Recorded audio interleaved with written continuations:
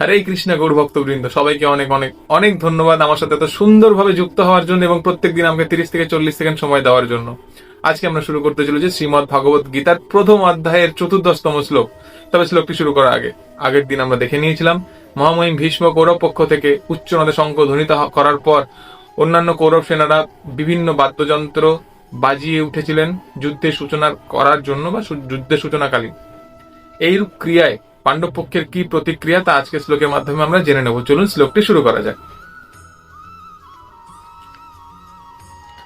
ততঃ শ্বৈতয়ে হয়ে যুক্তে মহতি স্বানন্দে স্থিতো মাধবঃ পাণ্ডবশ্চৈব দিব্যৌ শঙ্খৌ প্রদদ্বতু।